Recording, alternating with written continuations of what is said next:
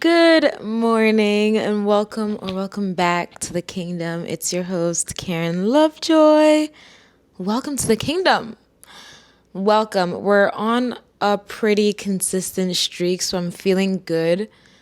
I know I mentioned last week that I was like feeling a little bit sad, and I think we're on the up and up, okay? So I'm going to tell you things that I'm doing recently, things that I'm welcoming that have been kind of changing my energy.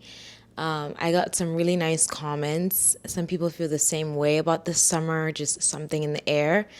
And I did get a comment about whether I've been getting a lot of vitamin D, like sunlight. And I was like, you know what? That's so true because black women need a lot of vitamin D. We tend to be a little vitamin D deficient. So going outside, something I've been welcoming this past week since we last spoke, is going outside on a walk at least once a day. This is very bare minimum stuff, but it will surprise you how fast 24 hours can go by without me stepping outside. I live on the seventh floor, so going outside, I gotta go all the way downstairs and actually walk out of the building. And I tend to just stay inside. And I think staying inside definitely had been contributing to my summertime sadness. So going outside on a walk at least once a day, that has been very beneficial. That has been very fruitful for me. And I like to like reward myself with a little, sweet treat. So I just tell myself, okay, just go out and get a matcha or go out, get a lemonade, maybe go out to the library, get a book. So just a nice little 40, 30-minute walk or just stepping outside once a day. That's been really helpful. Another thing I'm welcoming that has helped is sleeping with my phone outside of the bedroom. Now, this is something Lucas initiated, and I was very against it because I like to go to bed with my phone. I like to like scroll in bed and watch a bunch of TikToks, read, and then eventually fall asleep. Sleeping with my phone outside of my bedroom has been the hardest thing I've ever done. No, not hardest thing I've ever done. I like to exaggerate, okay? One thing about me, I'll exaggerate. I'll exaggerate a statistic. I'll exaggerate how I feel. I'll exaggerate everything. It's not the hardest thing I've ever done, but it's definitely hard. It's one of the hardest things I've done recently.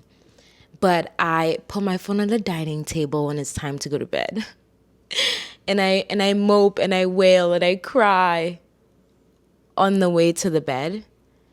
But once I'm in bed and I have my phone outside on the dining table, my door's closed, it's out of sight, I have been sleeping so much better. And sleep really directly correlates to energy when you wake up the next day and mood. I think I've been so used to poor sleep in like my young adult life that as I grow up, I'm realizing how imperative like a good night's rest is. Gone are the days where we could just wake up, you know, at 6 a.m. after having gone to bed at 2 a.m. If that's you, you're still hanging on. You're still going strong. But me, I used to be able to do that. And I think after night after night after night of very bad sleep, I realized, wait, that's not doing anything for me. This past week that I've been sleeping with my phone outside of my bedroom changed. First thought, transcending the game. Transcending the game. I've been waking up like, wow, the sky. The sky is bluer. I haven't been waking up in the middle of the night either. I don't know what it is. The third thing I'm welcoming is a sleeping like eye mask. You know, one of those yeah, it's called an eye mask, right? You put over your eyes before bed. I've seen a lot of people have these eye masks, and I have one. I never used it because I there's just something about a mask over your eyes while you sleep that feels so vulnerable. I felt like I couldn't really surrender to the unknown like that. Like, yes, I'm closing my eyes to go to bed, but having something else on top of my closed eyes, I felt like it would be claustrophobic. I felt like it would, I don't know, it felt like a loss of control in a way. Like, yeah, I want to be able to open my eyes whenever I want and not have to like what if something happens? What if somebody barges into the house? What if, you know, there's someone at the door? I don't know. I just was so scared of eye masks. Like, I never ever slept with one. And I would always see people sleeping with one. And I'm like, how do you just let go like that? Like, you're just letting go. Like, you're really surrendering to this sleep to be able to put something over your eyes. But on top of leaving my phone outside of my bedroom, I've been wearing an eye mask. Those two together, Lucas is next to me laughing. Podcasts are just about advice I give. He's the ghost writer of my podcast. Those two things have really transformed my sleep. Like, I no longer wake up in the middle of the night. It's so weird how that is because I always wake up in the middle of the night. Every single night, I would wake up in the middle of the night around 3 and I wouldn't be able to go to bed. And so I'll wake up at 3 and just toss and turn. Then I'm like, I can't go to sleep. Let me like grab my phone and scroll on it. And that would make me not able to sleep even more. So I'll tell you my night routine, okay? My night routine is finish watching Love Island, take my phone into my room, scroll, watch edits, read tweets, laugh at memes of that night's episode. Then I eventually fall asleep around like 11:30. Then I wake up at 3 a.m. Then I can't sleep. Then I'll scroll on social media up until like 5 a.m. And then I'm like, it's 5. I have to sleep. Then I'll try and sleep. But now the sun is coming up. So I'll lay in bed, unable to enter deep REM sleep again till 9. Then I gradually crawl out of bed and try and figure the day out. It was really bad. And I was doing this for nights on end. I was doing this for night after night after night ever since like June, ever since Love Island started. So of course I have summertime sadness. I'm not sleeping well. I'm overdosing myself with like dopamine at night and in the middle of the night when I'm supposed to be sleeping. And it was just bad. It was bad all around. So 3 things I've been welcoming. I actually forgot the first one. The last 2 I mentioned were sleeping with my phone outside and sleeping with a mask on. Those 2 have been really, really, really helpful for me. And it's brought a lot of my energy back. Oh, also walking outside, yes. Another thing, last thing I'm welcoming, I have a lot of good welcomes today. I'm welcoming a psalm a day. A psalm a day keeps the devil away. So because I don't have my phone to scroll at night, guess what I can do? Guess what I can do before bed? I can read my Bible. I can read my Bible before bed because my phone's outside of my room and I have nothing to do. I have nothing to do to fall asleep. So I'm like, I guess I'll read the Bible. What a good, like, best case scenario that is. So I'm reading my Bible at night. The reason why I felt like I needed my phone next to me was because I'm doing my church's Bible plan on my phone, on the Bible app. But now with my phone outside of my bedroom, I have to read the physical Bible and I don't know where to start. But the Psalms are always a good place to start. The Psalms is always a good place to start. So I am doing a psalm a day before bed, and that's like my little bedtime story. It's so calming. It's so easy. I don't even have to think about it. There's like so many psalms. There's hundreds of them, and the chapters are not too long, and they're always so comforting and assuring. Anyway, it's been a great week implementing all of these. Walking, a psalm at night, no phone before bed, eye mask on. I think the thing with the eye mask, it blocks all the light, and that's why you can really enter deep sleep, because like there's no light coming in.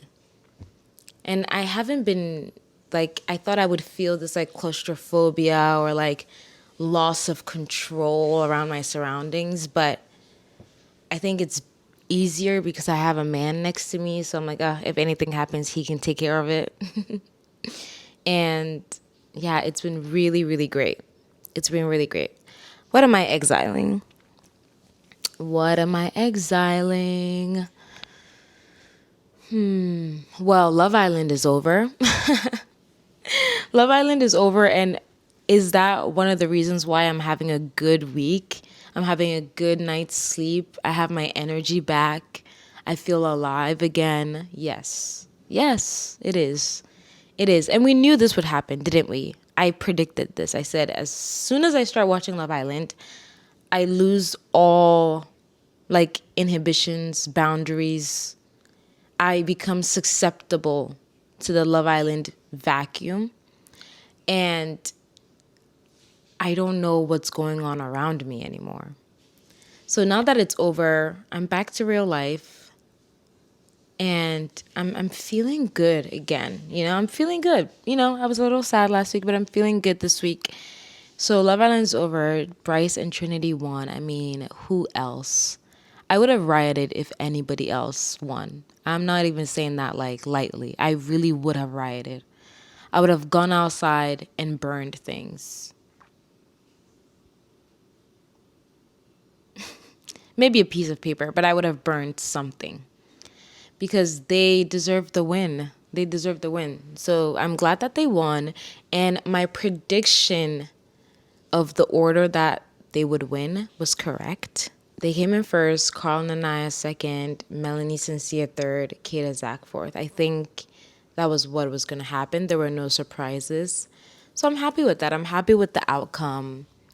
And now I'm just like excited. Now I'm a little like fangirl, and I'm on all of their pages periodically seeing if they've posted things, because now they have their phones back, and they're in the real world now.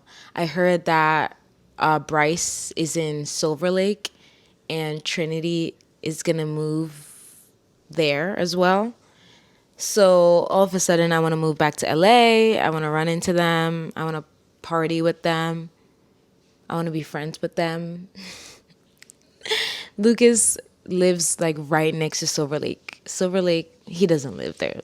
We live in Brooklyn, but he grew up right next to Silver Lake. So Silver Lake is one of the neighborhoods that we love. Like, we love Silver Lake. It's the perfect neighborhood. If I were to buy a house in LA, if we were to buy a house in LA, I think Silver Lake is like our first choice. So the fact that they're probably going to be in Silver Lake walking around, it gives the parasocial fan in me some, I don't know what it is. I do feel like a parasite though.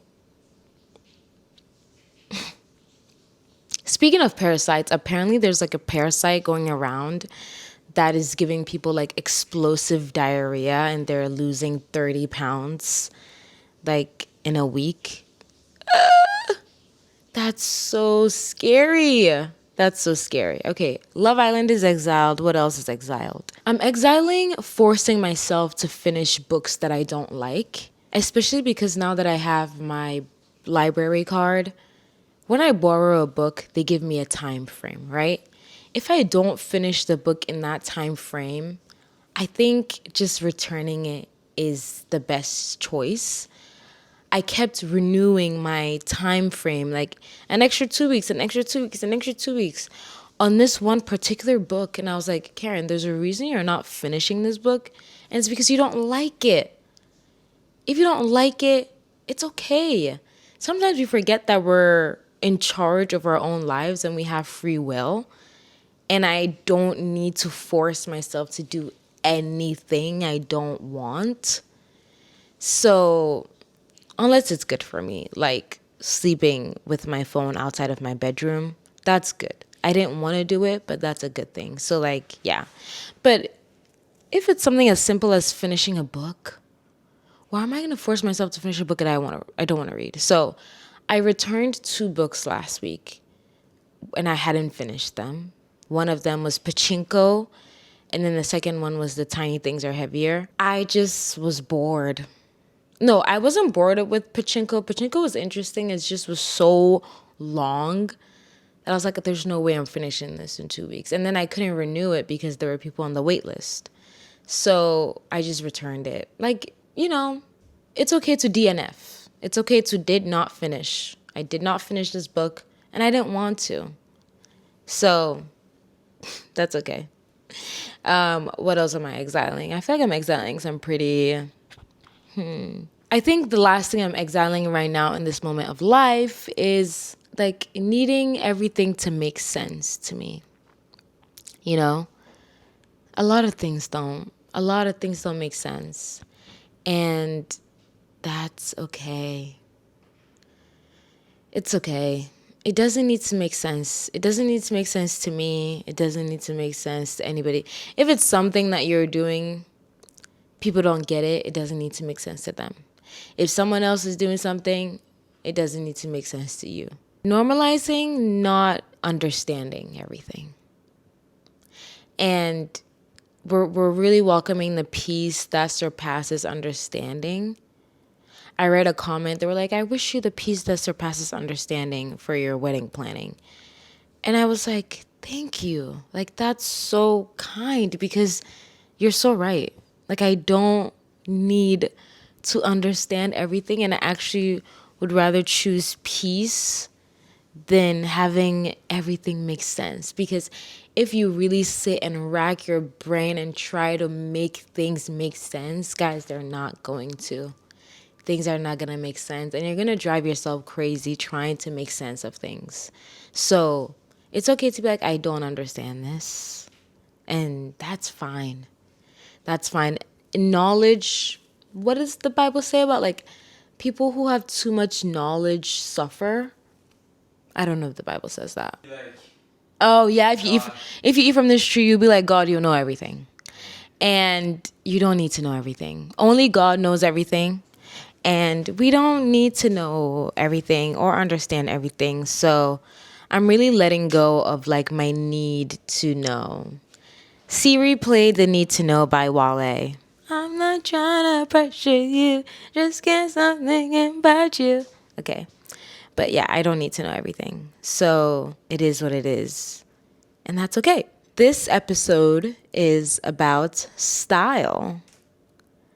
It's about my style evolution. It's about how I grew into my style, how to develop a sense of personal style without following trends, how to really come into yourself with your fashion.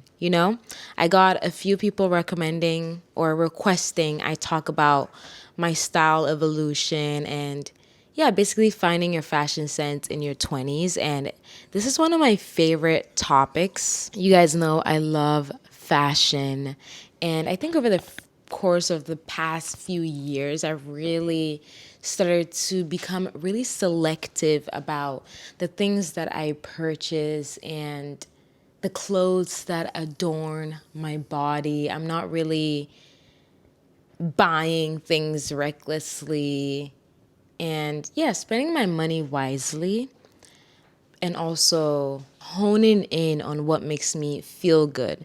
I think fashion is all about what you want to communicate. Fashion is very communicative in the sense that what you wear becomes kind of a language. It's telling people what you like, what you don't like, It's also telling people who you are, what kind of person you are. I can tell a lot. You can tell a lot about a person by the clothes that they wear.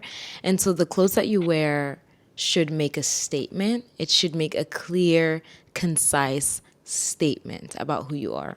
So we're going to get into style, we're going to get into fashion. And before I get into how I developed my personal style and how you can too, I'm going to talk about ways in which my style evolved over the years. So, when I was a child, I loved the color pink, as most girls do when they're growing up. Pink was everything to me. I loved pink. And everything I owned was pink. And I think back then, you really went off intuition. You went off what excites you, what brought you joy. You're not buying clothes for yourself, right? And so you're gravitating towards things that, you know, you like. And there's something I miss so dearly about being a child, which is the fact that I didn't have to explain why I liked certain things. You still don't now as an adult, but as an adult, it feels like you need to explain why you like something these days. And when you were a child, that's not expected of you, really. Like, if you like something, it's just because you like it. You didn't need to explain it to anybody. You didn't need to justify it or tell people why you liked it. Nobody was questioning why you liked the color pink or glitter or sparkles or anything like that. And then it's not until you grow up that you start having to answer for yourself, you know? So I really missed that about being a child, that I just gravitated to whatever I liked and I didn't owe anybody explanations. And I think we need to bring that back into adulthood. It's really hard. And that's why when we see someone on TV or online that they feel like they don't explain themselves, they feel like they do whatever they want and they don't make justifications for it, or they don't feel the need to fit in. It's so it's so gravitational. You feel a pull towards them. You feel a pull towards people who feel unique and feel like they can stand on their own and they have a strong sense of self, is because that sense of self gets chipped away as you age. It just gets chipped away. The more you look around, you're like, wait, I'm not fitting in. I want to fit in. I'm being looked at weird because I'm into this thing. Maybe I'm into Justin Bieber, or BTS, or K-pop or K-drama. And I'm having to answer for it. You know, I'm having to make explanations for the things that I like. And then you come across someone who doesn't explain anything and they just are, and it feels so gravitational. Yeah, that's the only word I can describe it as. So that sense, that strong sense of self, you can carry that into fashion, but it's really hard. It's really hard when you're being told what to like and where to shop and how to look and all these things with by your peers, with your algorithm, with everything that's all around. So when I was a child, I just liked what I liked, right? And then I started to question what I liked when I moved to America. And maybe yours isn't a move to America. Yours might just be a move to a new school or a new city, or even the fact that you just turned 12, you know? Those pivotal years, I think I really started to understand that the clothes that I wore said something about me. I didn't know that it did up until those 12, 13, 14-year ages where people were making assumptions about me because of the things that I wore. And then it started to click, oh, the things that you wear say something about you. First is, I'm just wearing this because I like it.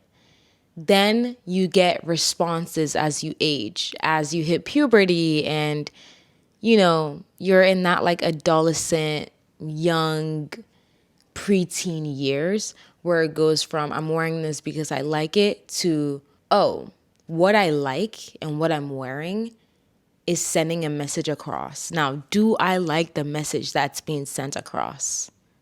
That's up to you.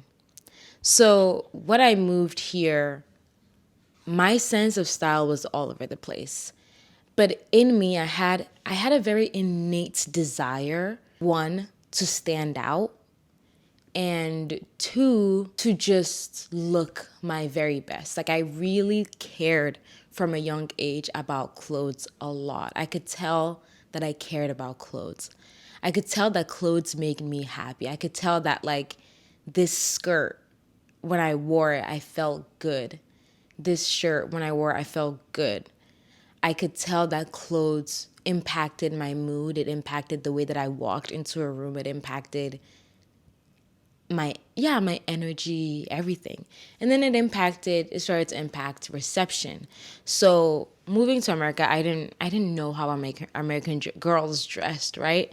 So a big part of my like social media journey is the fact that I was watching a lot of YouTubers, Bethany Mota, My Life as Ava, all those, YouTubers around 2012, 2013. I was watching these American girls on YouTube because I wanted to see what American girls dressed like. Because it became very apparent to me that my outfits were not cool. Like the clothes that I was wearing that I brought from Ghana, and then also the clothes that my mom was buying for me, I started to get the sense that they were not cool because I would get like comments on it.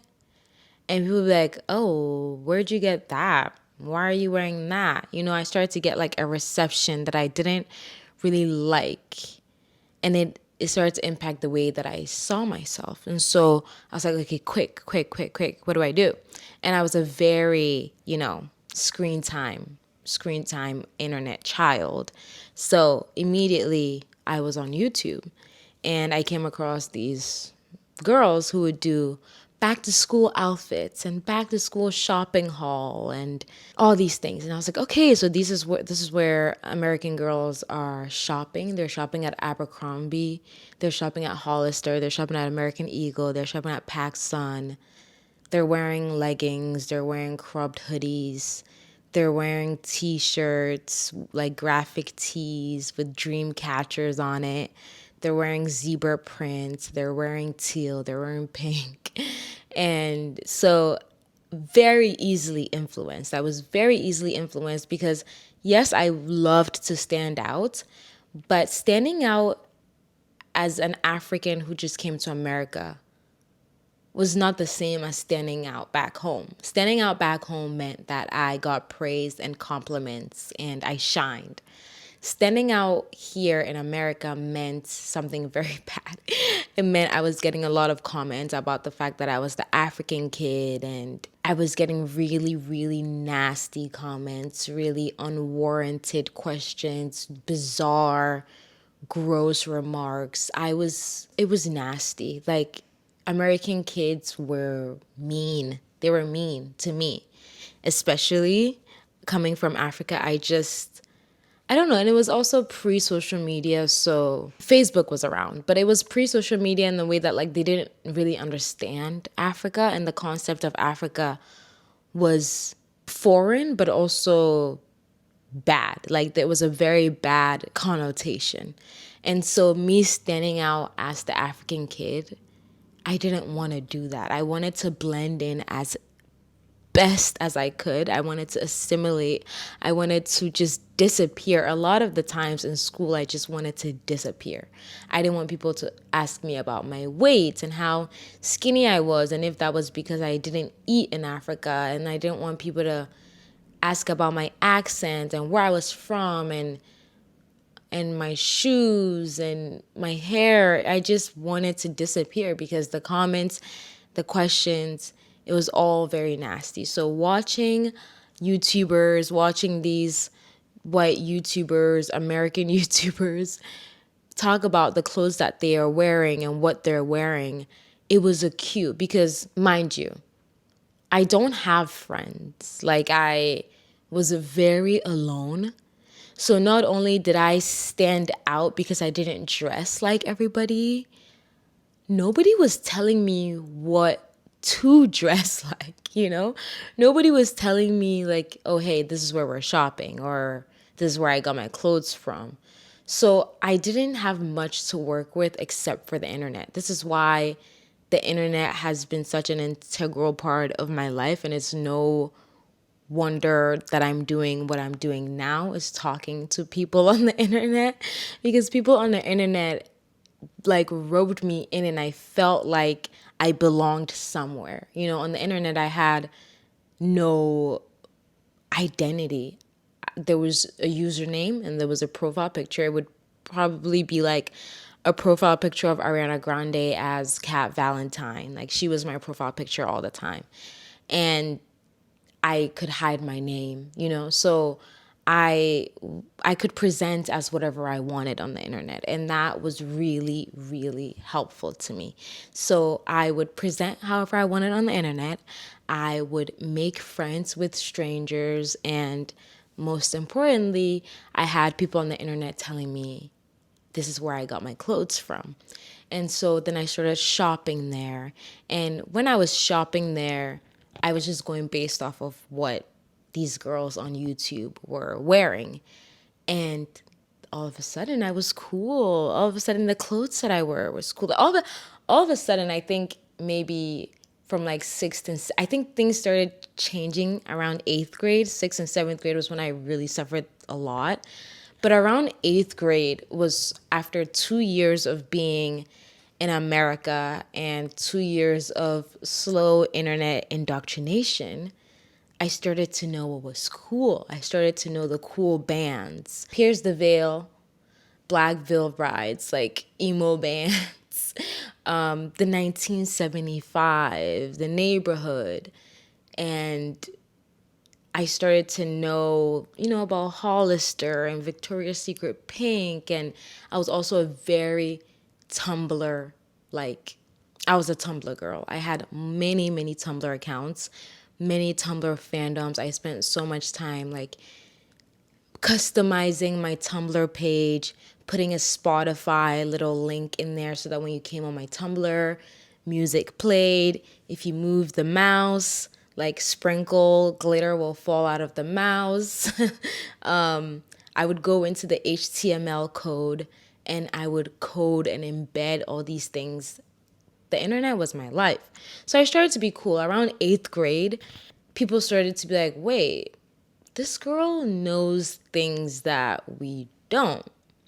And they're like, where'd you get that? Where'd you get this? Where'd you get this? But it was all from the internet. When I realized that clothes said things about you, when I realized that people could deduce an identity or vibe based on what you wear, I was like, okay, then I'm gonna choose an identity.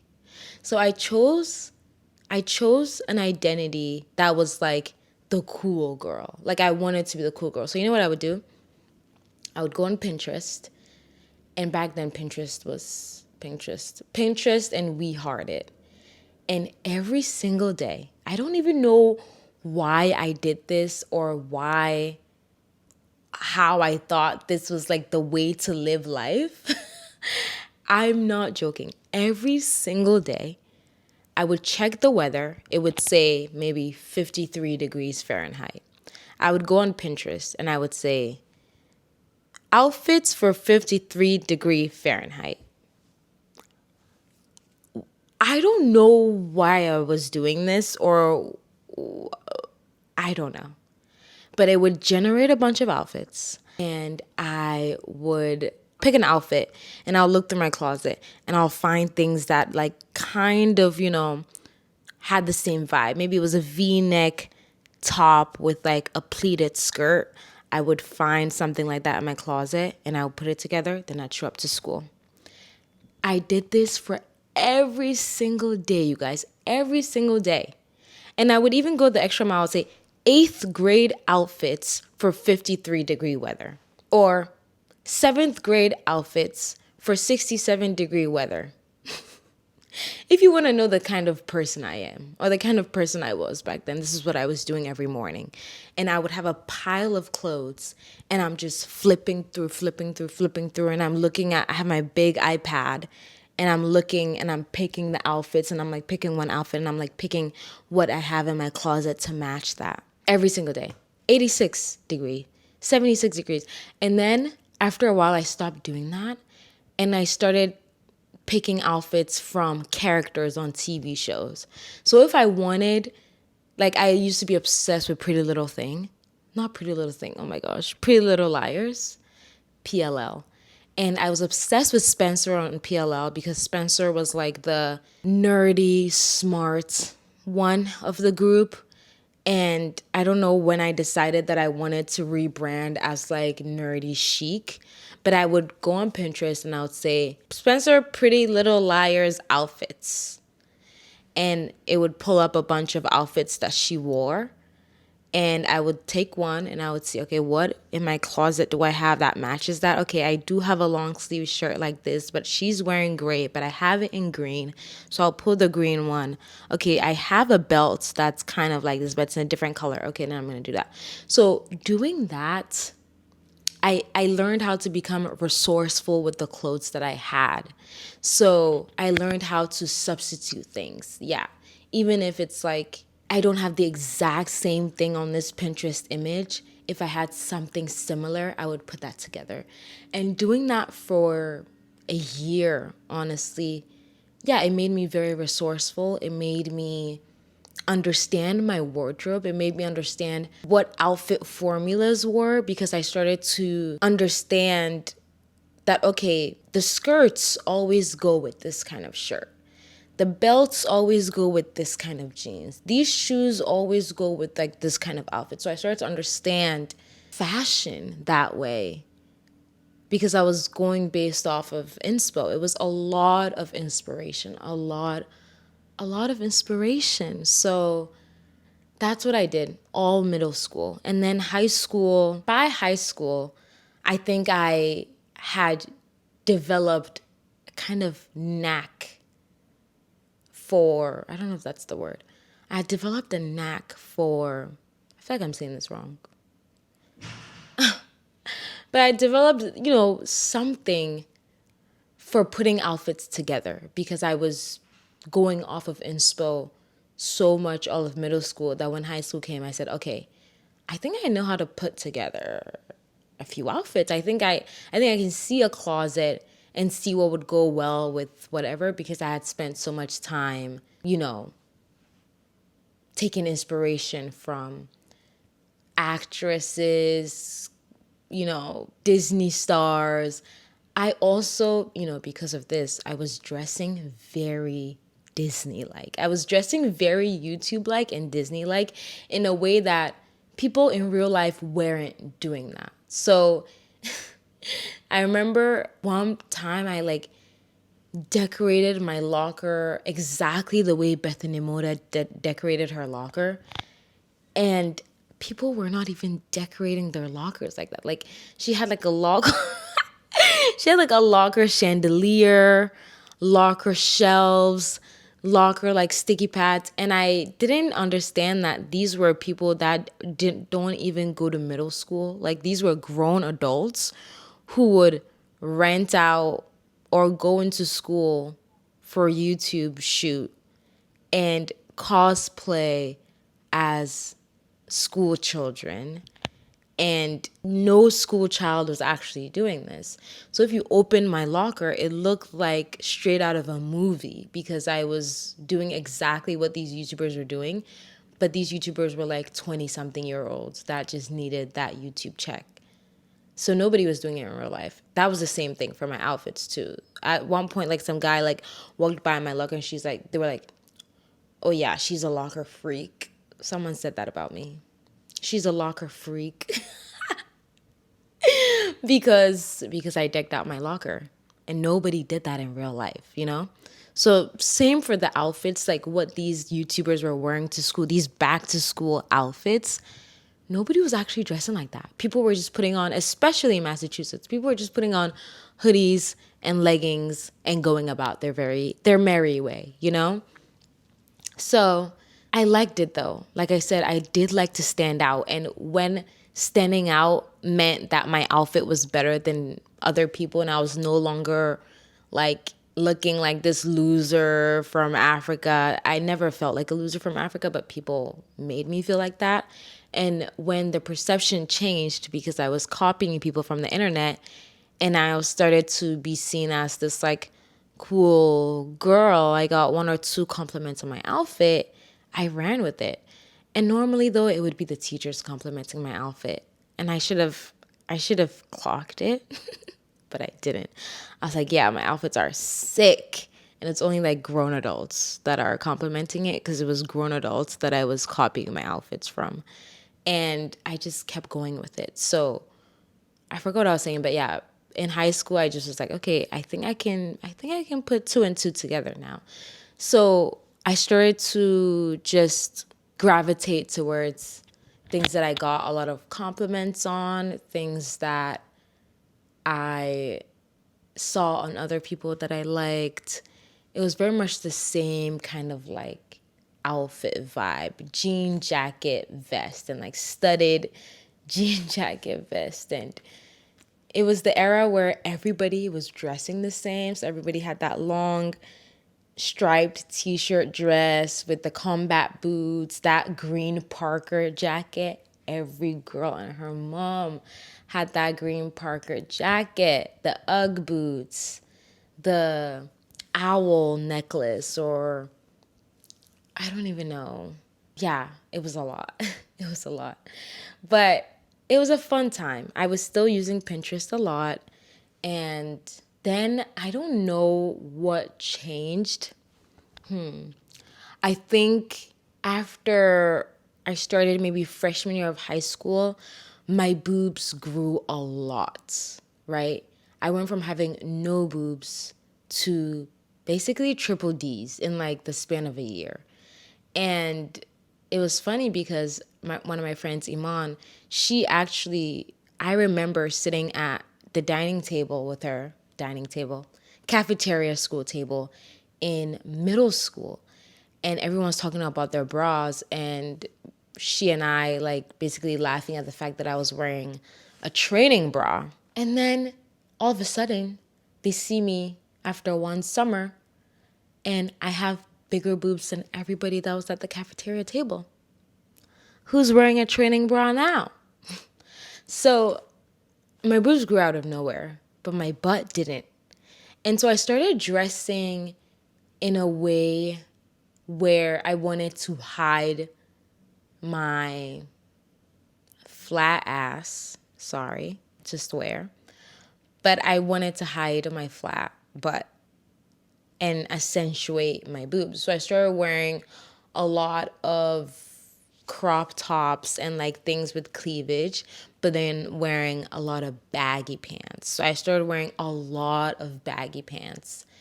I switched from short shorts because I was also getting, it's so interesting as I tell this journey or evolution, how much my fashion was inspired by the comments that I got.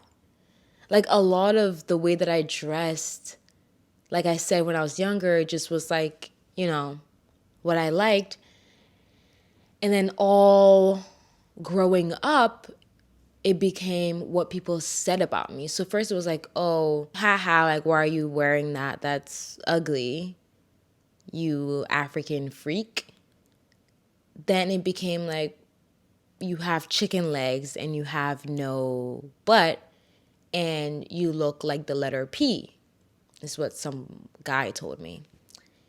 And so then I was like, okay, I need to hide my legs. I need to hide my skinny legs. I need to hide my no butt. So I was wearing a lot of baggy jeans, a lot of cargo pants, a lot of, just baggy, baggy, baggy, baggy. And with that bagginess, I kind of got introduced to the streetwear vibe. So a lot of you might know me in my streetwear era because that's where King Cora comes in. That's like end of high school into college. was my streetwear era. A lot of my dressing, boyish, the bucket hats, the cargo pants, the trucker hats, the streetwear. I mean, streetwear was a big vibe in 2018, 2019, 2020. Like, even COVID years, streetwear was the vibe. Like, all the girls that were going viral for their outfits on Instagram were all streetwear. You would see them in the camera with the low angle and the posing like a guy.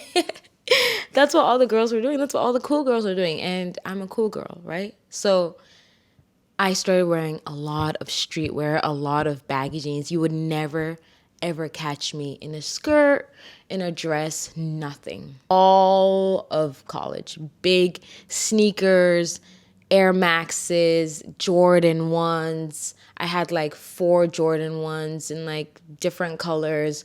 I wore the Fila Disruptors. Yes, I was part of that crew. Yeah, streetwear was king. Streetwear was King Cora. That was me. Even King Cora, like that was like there was an era where I really like leaned into my masculine energy because I think everyone has feminine and masculine energy inside of them. And I think I really leaned into this masculine like essence and aura. One, it started with insecurity about my body and just not feeling feminine enough. Like, yeah, I had boobs, but it was all about the hips and the butt, right? And if you don't have the hips and the butt, what are you? A man? So I felt like a man. And I didn't feel like I was getting like the attraction or like attention, because of these things that I quote unquote lacked. So I really leaned into like men energy where it was like, okay, I hate men, but also I am a man. And I was dressing very, very boyish, but I loved it. That was Coachella 2018. That was the vibe. It was the vibe at the time. Nobody questioned it. Nobody questioned it. And that was the vibe at the time. And then I think I stopped correlating what I wore with what people said about me when I gave my life to Christ. I think in 2021, I had a huge switch in my fashion sense. And if you've been paying very close attention to me over the past years, you will know this, that you wouldn't catch me in a dress ever. And then when I turned 21, it was the summer of Death to Self. And even Death to Self, like the things that I posted, the clothing that I dropped was all streetwear. But that summer, I gave my life to Christ and I was like, wait, God made me a woman. It would be nice to tap into that feminine energy. I stopped swearing. I stopped putting my middle finger up in pictures. I stopped posing like very boyish. And I thought it would be nice if I presented more feminine. So for my birthday that year, I wore a dress. And to me, it was such a big deal because I didn't wear dresses. You would never see a dress on my page. Even now, I'm not the most comfortable with dresses. I don't know why. I think I fully haven't like really embraced my body all that well. Like even now I feel very, very cringy in dresses. But anyway, I never wore a dress. So when I wore a dress for the first time, everyone was like, oh my gosh. I got comments on it. Like they were like, oh my gosh, you're in a dress. And it was a big deal. It was a big deal to me and the people who cared because I never wore dresses. But I think Jesus made me wear dresses. Loving Jesus and being like, okay, like I love God. I love who he made me to be. Maybe I should dress more womanly. So that was where my head was at. And I started to, be like, okay, what would it be like if I wore a long skirt? And I started tapping into that skirt dress energy. But that time too, I was very like modesty. So all my skirts were like very long skirts, and I would do a long skirt, and I would pair it with counterbalance it with like a crop top that like showed a little cleavage. But yeah, I started to tap into my feminine energy with that.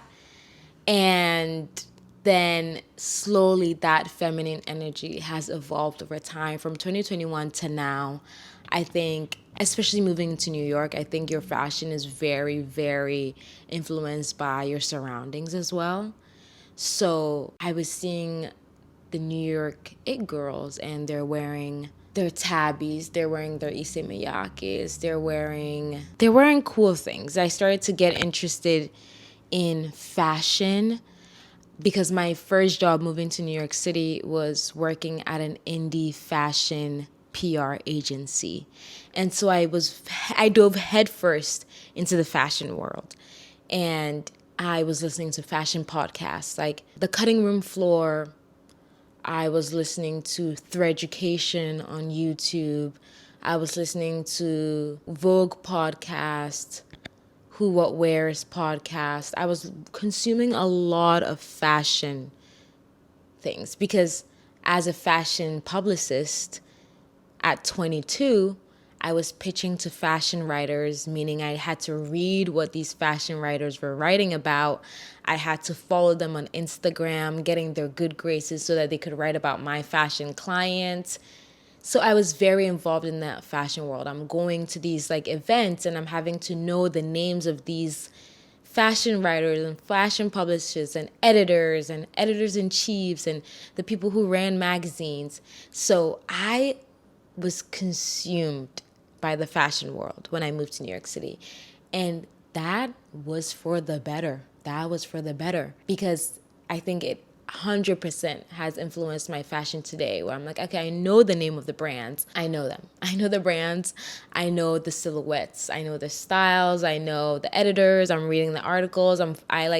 I felt fully immersed in the fashion world and I was excited about it. And so now I think my fashion taste has evolved and it's all an amalgamation of who I am, but I think I'm slowly returning back to my younger self, which was doing things without the need for explanation and wearing things that I like without having to justify it.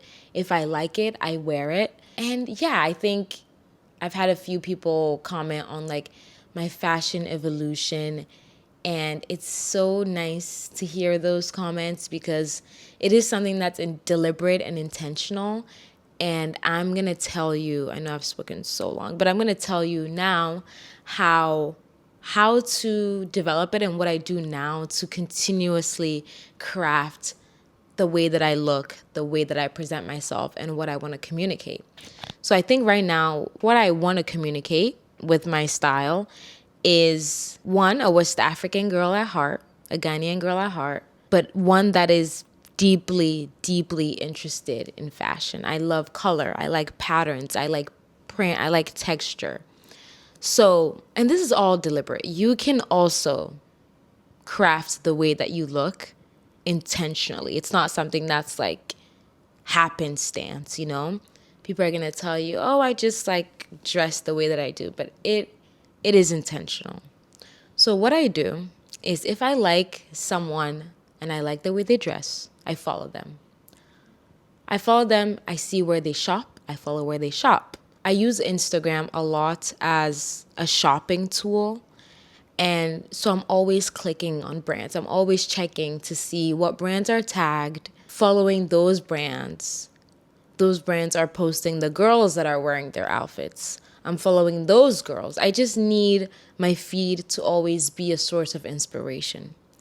I also have Pinterest nights where I will go on Pinterest and I'll type in a feeling, a vibe.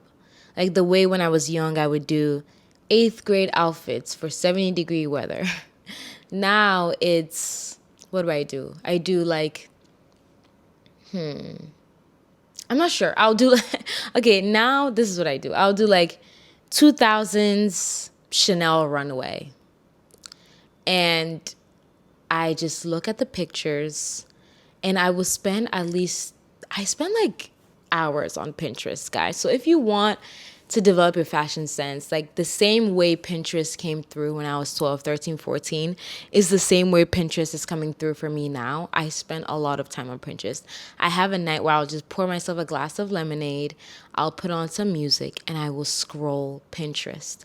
And with Pinterest, I like to put together boards. The thing about Pinterest is once you click on a picture, it populates more and it populates more. And you can just keep going deep and deep and deep and deep. So I love that. Another thing I do is I will type in people that I like on Pinterest, like people's fashion that I like Taylor Russell. I'll type in Taylor Russell or Taylor Russell streetwear vibe. Yeah, Taylor Russell casual outfits. And it'll be a bunch of paparazzi photos of Taylor Russell. I'll click on her. I will see the brands that like Pinterest will like generate like where they think the outfit is from. So I'll pin those. I'll follow those. I just keep going deeper and deeper and deeper in the web. I like, who else? There's this girl on Instagram called Sierra Reina. Her username used to be Sierra's in Vogue, and then she changed it. I love the way she dresses. I love Colleen Diaz. I love, who else? Atia Walcott is super fun. So I'll find these people. I'll put them up on Pinterest. Sometimes I'll even do a deranged thing where I will find their Pinterest and I will follow them on Pinterest and see what they're pinning. And a lot of times Pinterest will tell you where these things are from, like where the shoe is from. So I have a Pinterest dedicated to just shoes.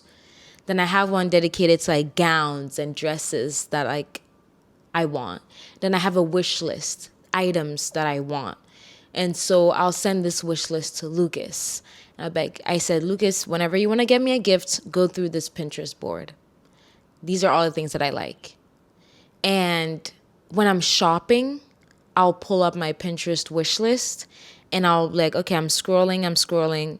I'll keep in mind, I'm looking for an oval brown bag. I'm looking for a gold bangle set. So that when I go shopping, I'm not just buying random things that I don't want. I've already done my research. I've already created an inspo board of what I want to dress like because I'm pinning all these people that I like, their outfits. I'm just gathering information so that when I go out and I randomly walk into a thrift store, I randomly walk into a vintage store, I know, oh, there's like a long brown jacket on my Pinterest board that I don't have. And this brown jacket at this thrift store resembles it. So I'm going to buy it. The thing with fashion, you don't need to have the exact same thing as someone else, which is what it grinds my gears when people on TikTok need to know exactly where something is from. You don't need to know exactly where something is from to get the exact same thing. Just find something similar. And also like use context clues. Like, are we lacking critical thinking skills where I see a girl wearing a capri short and I can't just type in capri short? Why do I need to harass them and say, where is this exact capri short? Like, I need this exact one. Sometimes you need the exact one, but like you can just use context clues. Like, and you can say, okay, they have this yellow crop top. I don't have a yellow crop top, but I can see that the fact that this crop top is yellow matches really, really well with this blue. What crop top do I have? Maybe I have a bright green one. The bright green one and the yellow one serve the same purpose. I don't need the yellow one. I can go and wear my one that's in my closet. It's bright green. And I can wear maybe a darker blue. This is the thing with style too. If you're not already so exposed to it, it's going to be hard to get it right like off the bat. It's the same thing with makeup. It's like trying to do a full face of makeup and you don't do makeup every day. Not every day, but you don't do makeup frequently. If you don't do makeup frequently, you're never going to know how to do a full beat. It's like Not ever doing your hair and then expecting to lay a bust down like lace frontal that nobody's gonna detect that it's lace right off the first go. It's impossible. So you need to spend time with the craft or with whatever you're trying to cultivate so that you develop a skill for it. Because putting outfits together, it's a skill. You know what's not a skill though? Is what you like. What you like is not a skill. What you like is innate, it's inside of you. And so I think we also need to stop making excuses for what we like and just saying, this is what I like and this is what I'm gonna wear. And the way to not follow trends, it's that. It's seeing something on someone and being like, okay, this is an amazing trend, but I don't like it. And if I don't like it, I'm not gonna force myself to follow it. If it's a trend that I like, then sure. I'm gonna see what's in my closet. I'm not gonna go out and seek. I never go out and seek things out to follow a trend. I don't do that. If there's a trend that's happening and I have something in my closet that can like fit the vibe, I'm gonna do it. So you need to spend a lot of time with fashion to really nail it. And you also need to spend a lot of time with yourself to know what you like. And you have to be unafraid to make mistakes. Don't be afraid to wear something a little out of your comfort zone. Don't be afraid to wear an outfit that you don't think it's that good yet, but you're experimenting, right? Just experiment. Be bold enough to take risks. Be bold enough to wear things that you would have never normally worn or gone for. But pay attention to how it makes you feel. Because we can tell if you're just putting on a costume because you think this is what you're supposed to wear versus you wearing something because you genuinely like it. So pay attention to how you feel. Does this outfit that you have on, does it make you feel confident? Does it make you feel good? Are you excited? Does it bring you joy? Or does it bring you dread? Don't force yourself to wear something that's gonna bring you dread and you're not gonna like it and it's gonna make you feel bad about yourself. Also, obviously, pay attention to your body and what fits, what's flattering. I go shopping a lot, and by shopping, I go in person and I try things on. I love a Saturday where I just shop and I actually don't even buy anything. I actually just go in the shop, take the things that I like, put them on, try it. I'm like, okay, it's all information. You're doing research. You're doing research so that when you have the money and you say, okay, I have money, I want to buy something. What do I want to buy? You know, oh, there's this yellow top I tried on at this shop. I have the money to buy it. Let me go buy it now. That's what I do.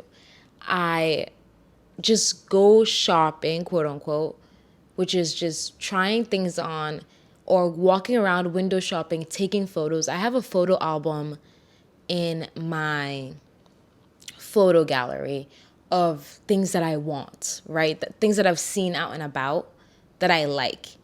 So spend time in shops, spend time in vintage stores, spend time in clothing stores. Take photos of things that you like. You don't need to buy it right then and there. When you want to treat yourself or you have the money or maybe someone wants to get you a gift or maybe it's your birthday, something, you're like, okay, this month I have some money set aside. I want to go shopping. I will just go on either my Pinterest wish list because I've spent time on Pinterest pinning things together, or my photo album where I've spent time walking around in stores and seeing things that I like and I've taken the photos of it. I'll go in and I'm like, okay, like looking through all these things that I've taken photos of and I'm like, okay, like I still don't have a red bag. I took a photo of this red bag like 4 months ago. I still don't have a red bag yet. So I'm going to go get this red bag. So that's kind of how I do it. I love looking at magazines. I don't buy physical magazines anymore, but like looking at magazines online, reading articles.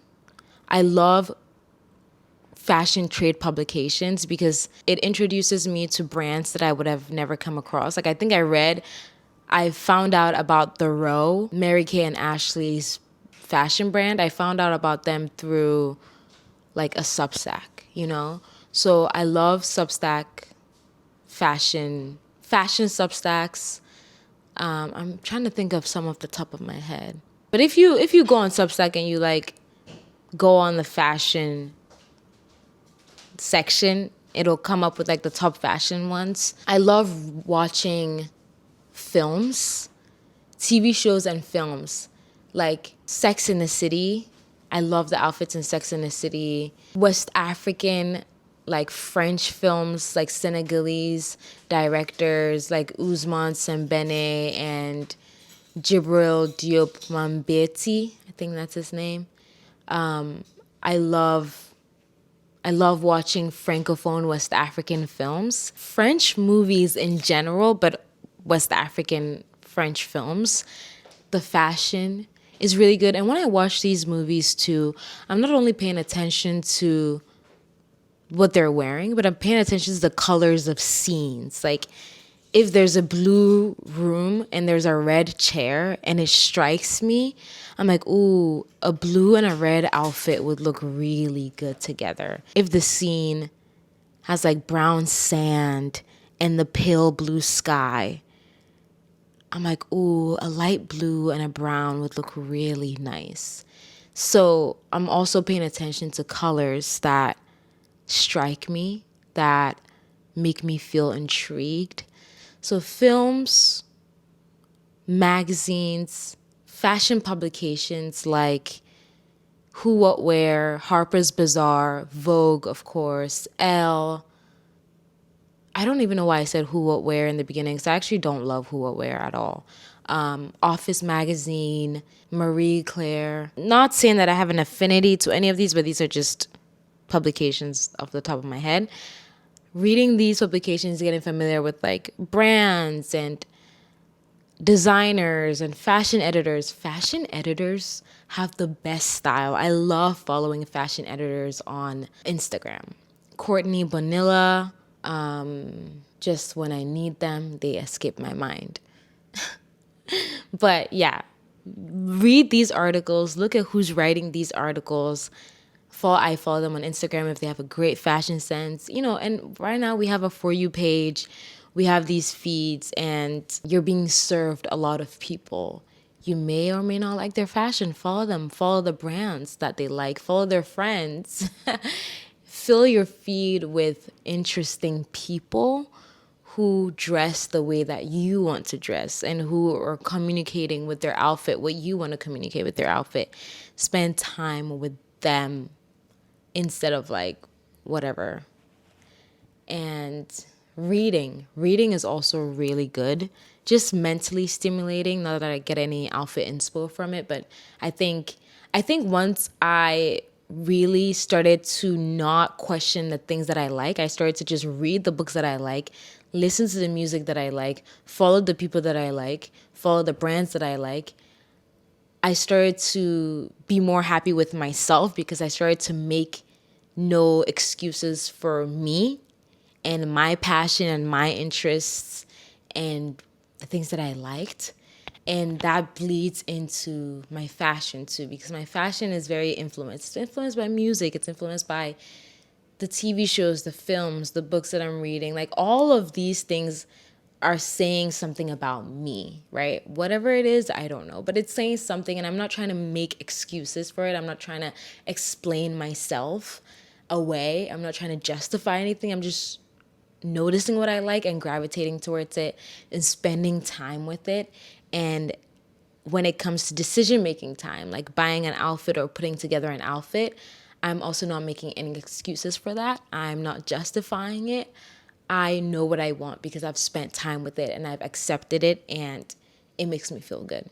So that's how I am developing my style. My style is constantly evolving. Like my Pinterest just keeps evolving as time goes on because what I'm liking gets granular and granular as time goes on. It gets more specific and more direct and more, succinct.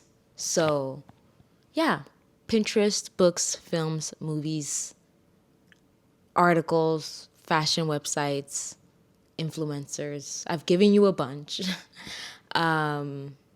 And that's how my fashion has evolved. And so it keeps evolving, it keeps growing. I'm also very influenced by my friends. They're very stylish, so we're always exchanging ideas and things like that. But don't underestimate the power of a 3 hour Pinterest scroll. Scroll on Pinterest for 3 hours, put pins together. You will be amazed by the woman you become after. You become somebody new, seriously. So that's it for this style episode. I hope you enjoyed. I love talking to you guys every week. I'll see you next week. Bye.